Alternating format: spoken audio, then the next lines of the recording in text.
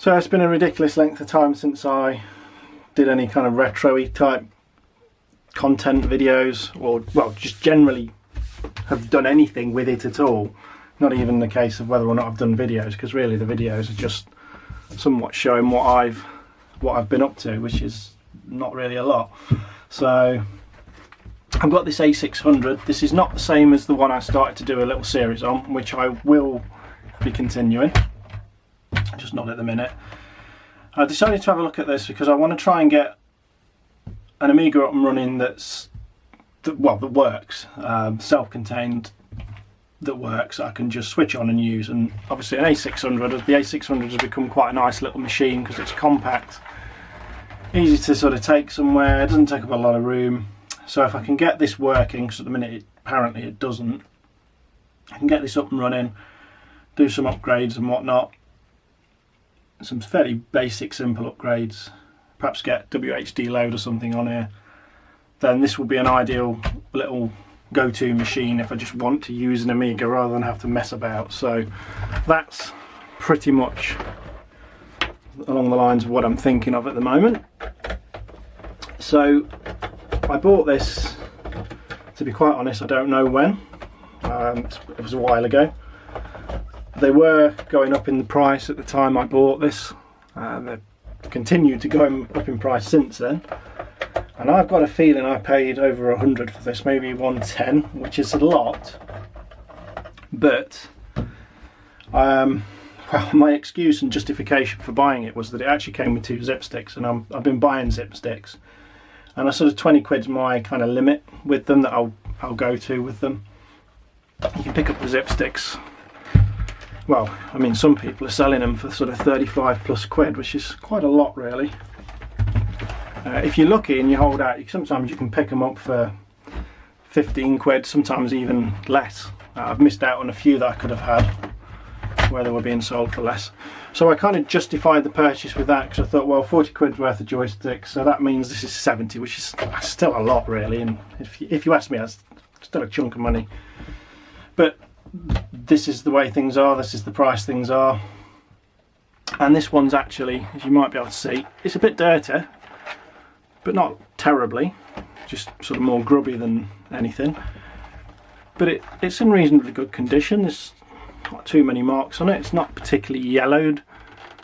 The keyboard's really quite good, and I think if this is given a good scrub up and clean up, I think it'll look a nice little machine. Okay, so I've got there's another screw in there. So there's 3 screws there and 1 there. I think this is clipped along the back, I can't remember. And then there's 2 screws here, although these are for the floppy drive. I'm going to undo those now as well, actually, and get them out of the way. Yeah, so they've got a machine thread rather than a self-tapping thread, because they're going into the metal screw threads on the floppy drive. And so the back of this looks reasonable as well. No, I don't see any rust as such. Maybe tiny little bit of surface rust in some places, just tarnishing if anything. So let's see. We got here. Oh, yeah. So we've got the floppy drive cable here, which I can pull off. Sorry, not floppy drive. I'm calling it a floppy drive cable because it's basically a floppy drive power cable connector. It's actually the indicator LEDs on the front, and also there's obviously the keyboard connector here, which I was going to try and disconnect in a slightly better way, but I've not got the bits with me to do that, so I'll have to sort that out in a minute.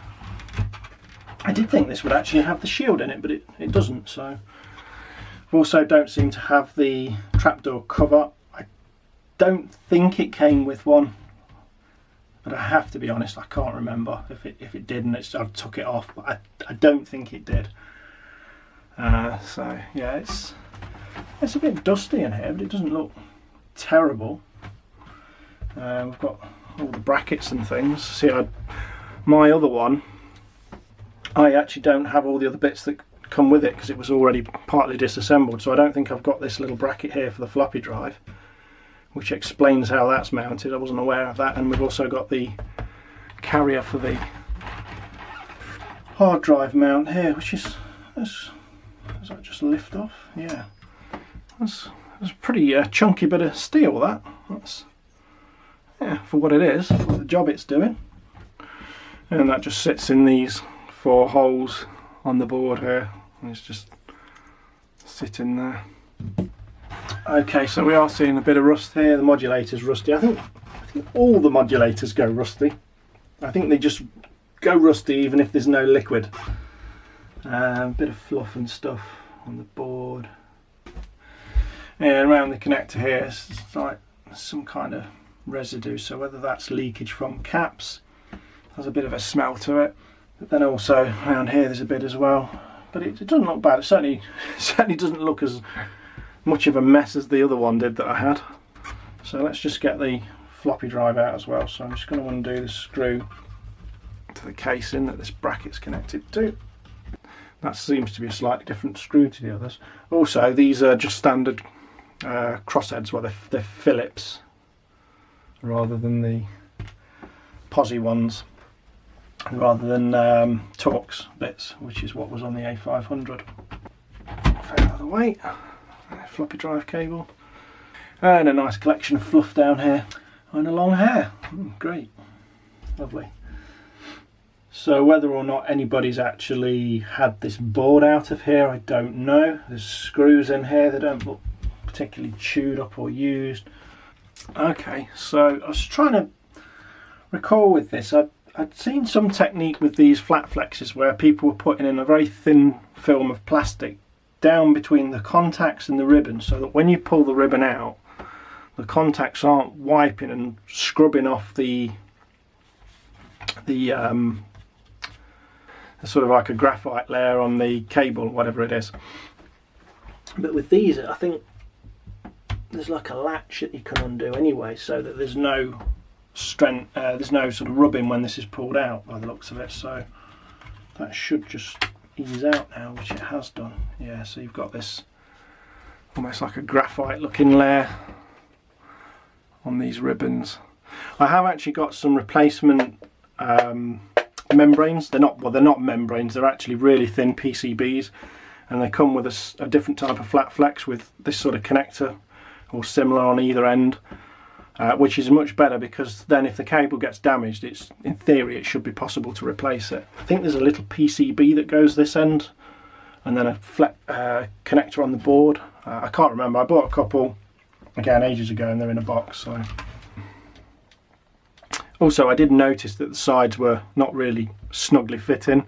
We can see here there are some clips that have been broken. I don't think I've done this. I mean, there's actually dirt in the brakes, so it's a bit of a shame. And this side here, there should be a clip, but there's nothing there, so that's why it's kind of not fully together properly. I don't know if there's anything I can do with that, but we'll worry about that later on.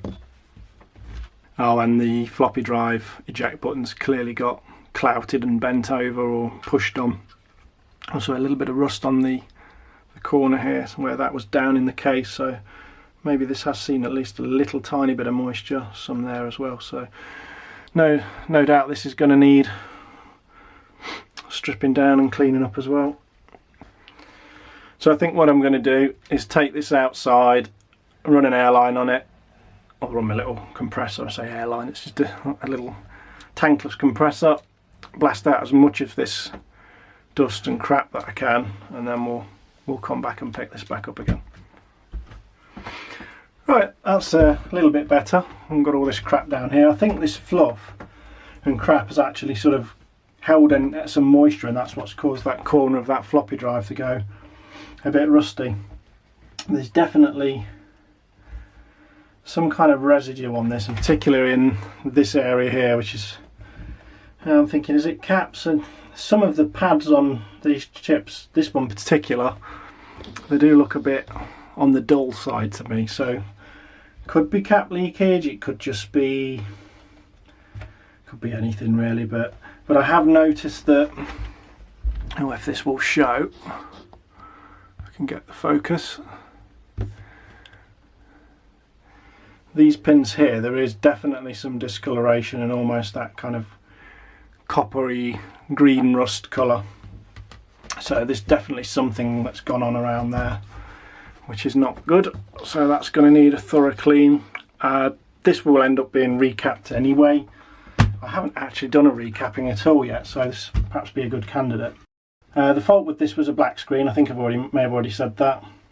That's possibly going to be a capacitor on the reset circuit. I'm actually just hoping that that's all it is, because that would be a nice easy fix. That's typical really. I didn't really do much this morning on this and it was quiet, and when I've been trying to do it now, people are up to stuff themselves outside, so it's not as quiet, but oh well, just have to get on I suppose. Because things are in a mess, I can't find all the tools, and I was hoping to find the set that will fit these, so I'm probably going to have to just use some pliers to loosen them and then undo them by hand. As they're not rusted up, that probably shouldn't be an issue, but I prefer to use just purely the proper tool rather than risk gouging things up. So I'm going to check out the board, check out the underside, because with the other board I had, the other A600, I found some fairly significant problems underneath, so I think it's going to be worth having a look. I think you have to bend this part of the casing to get this up, and then it will come out if I recall correctly. Never feels right doing that, but seems to be the way to do it. The first thing I'll notice here then is we've got some rust residue, and then we turn that over and we've got some rust on the back. I was sort of expecting a little bit, especially down this side, seeing as what I found on the floppy drive, but kind of hoping that this was going to be a nice one, but yeah, it's a bit of a shame. I might have to try and do a bit with that.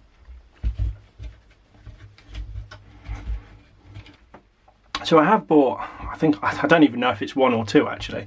I've definitely bought one little gadget. I think it's two. I think one of them's more of a kind of a rough and ready little board, and it's for connecting up, I think, a Raspberry Pi Zero as a video converter to give you a HDMI output.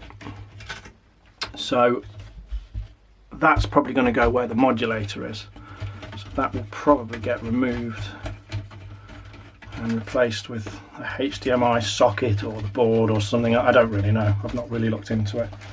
I don't know, I'm not sure. Definitely on the other Amiga 600 that will be part of the plan. So these have all been removed. They're not in too bad condition. They should probably need a little bit of a clean up. So I should be able to lift the board out of here now in theory. I'm not sure if any of these tabs that have been bent over are going to get in the way. Ah, yeah, forgot this, haven't I? I forgot last time. There's a screw in the end here. I don't know if there should be more than one actually. I'm not really sure. I don't know if this is the original screw. It doesn't...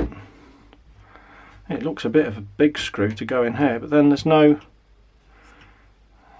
maybe there's a mark on that. I'm not sure. So, interested to know if this has ever been taken out. I suppose that's one thing with not having a new one of these. I've never really known what I should be expecting. Having said that, that looks very clean there. So I suspect this may be the very first time this board's been completely removed. I'll just leave that up for now because I'm going to remove the metal case altogether. But that was hooked over and stopping this from coming off altogether. Try again. There we go.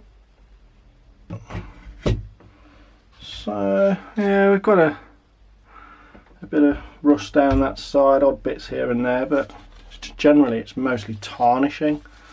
No wet collected underneath it, which is a good sign. The only wet appears to be have collected between the underside of this and the casing, which means it should have been kept mostly away from the PCB. A bit of fluff that's come out there.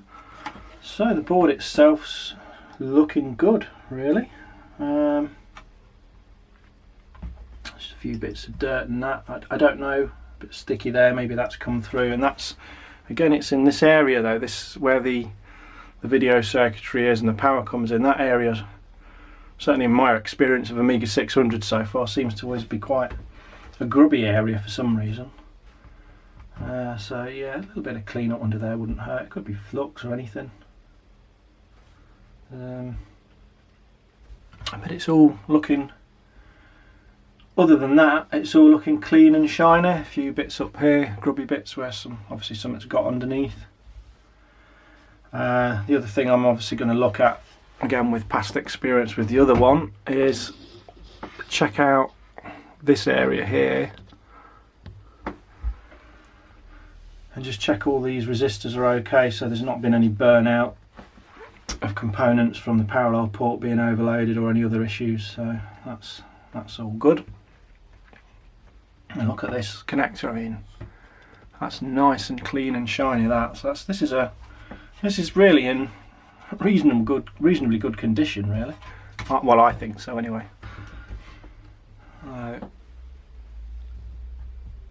Yeah, looking okay. And so just a bit grubby around here for some reason. Perhaps a bit of flux or something. You can perhaps see it more there with the light catching it. Just give that area a bit of a clean up, perhaps with some cotton buds, and this bit at the top here, there's a bit of residue. Again, you can see it when the light catches it. Yeah, underside's looking good. Connectors are looking good for the expansion slot, expansion card. These are looking a lot better than they were on the other one. In fact, let's have a quick nosy down the end of this if we can focus. Yeah, so looking down the end of the PCM CIA card slot, everything looks good there. Nothing, I mean, it's difficult to see any corrosion, but I wouldn't expect any unless it had been stored on end and got messed up in any way. But all the pins look straight and intact. So what I want to do here is power this up and see if we're still getting the same fault that this was sold with having. I don't know whether I should perhaps try and give some areas a little bit of a wipe, because there's certainly some very grubby looking areas on here, certainly down here. Again, if you can see that, very mucky there. The chip's got like a residue on it, and there's a lot of grubby mucky stuff around it to the left and the upper edges of that on the board and up to here. So in fact, even the keyboard connector's got some muck on it. So I think I might just give some of that a bit of a wipe first, and around this video circuit area a little bit, and then do it and see what we get. So I've just gone off on a little bit of a tangent from this video and done like a little tiny sub video, and I've just been experimenting with these universal papers, or pH papers they're sometimes called. I think is it litmus paper? I don't know if that's the same sort of test or not, but it's sort of low, and it gives you an idea of how acid or alkaline something is. These have been done with, there's been some malt vinegar in here as well, which is why these are so sort of reddy orangey colour. That's not from the board, but I've done a few test points on the board, and it's, yeah, not exactly scientific, but interesting. So I put another video up on that. So I've got a little bit of IPA in this egg cup. I'm just going to scrub around some of these areas that look a bit bad and just clean them up a little tiny bit.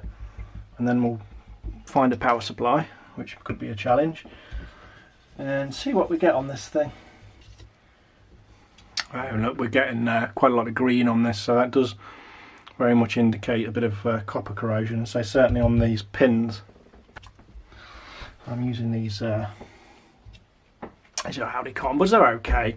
They do tend to be what I call the Audi reduced cotton buds, which, yeah, not very useful. Anyway, okay, I'm just gonna do the old tip it in the light trick to see if we can spot any. There's nothing obvious. I would say though that the traces in this area here, they just look a bit off to me. I don't know. Like they may have. Yeah, there's definitely a little bit of green on them. They don't look black, but again, we've got capacitors here, so who knows. Okay, I'm just going to do the back as well. There was a couple of areas on the back that there's just some crust up here. I don't know what it's from. I'll just get it off, whatever it is, while I'm at it. And there was this area up here as well that looked a bit, yeah, sort of patchy. Just going to give it, I don't want to actually clean it up too much because then it's going to be difficult to see where I really need to clean later on, but look at the green on that. So I think maybe spraying and scrubbing this whole board up might not be a bad idea, just with some IPA. Just give it a scrub and a wipe. Again, here it looks a bit very green. Unless it's, I mean, is this the coating? Does the coating on the board somewhat come off the top layer, or I don't know. I mean, that's a possibility, isn't it? It's just like the actual coating I'm rubbing off to some degree. I don't really know about that. I don't know if anyone's experienced that before. It does look a bit weird though, and it's gone very dull and Well, of course, a certain person decided to unplug some of the cables from the monitor, and I can't actually properly get into the corner next to the monitor to reach round properly, so I'm now having to use the camera upside down as a mirror, because it's easier to use the camera than to try and find a bloody mirror, to plug the sodding composite input in. There we go. Things you have to do. Right, let's see what happens.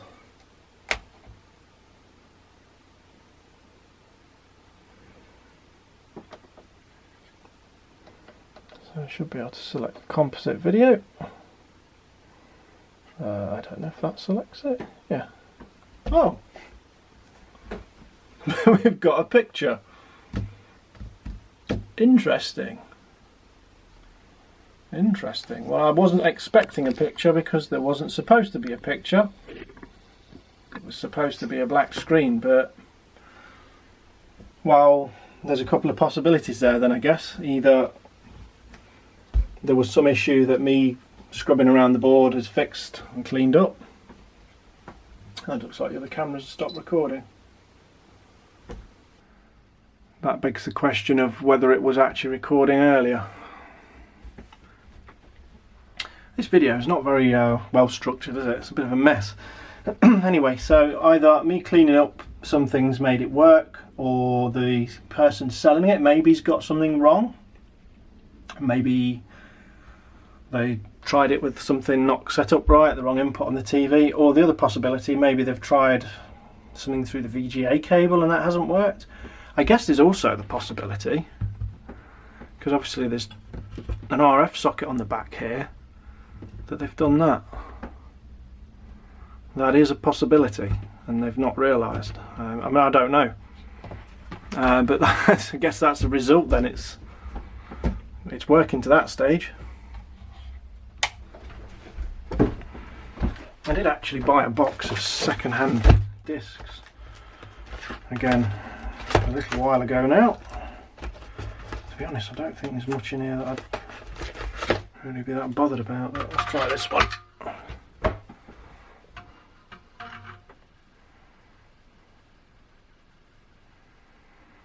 A bit of a shaky picture there, but it is composite.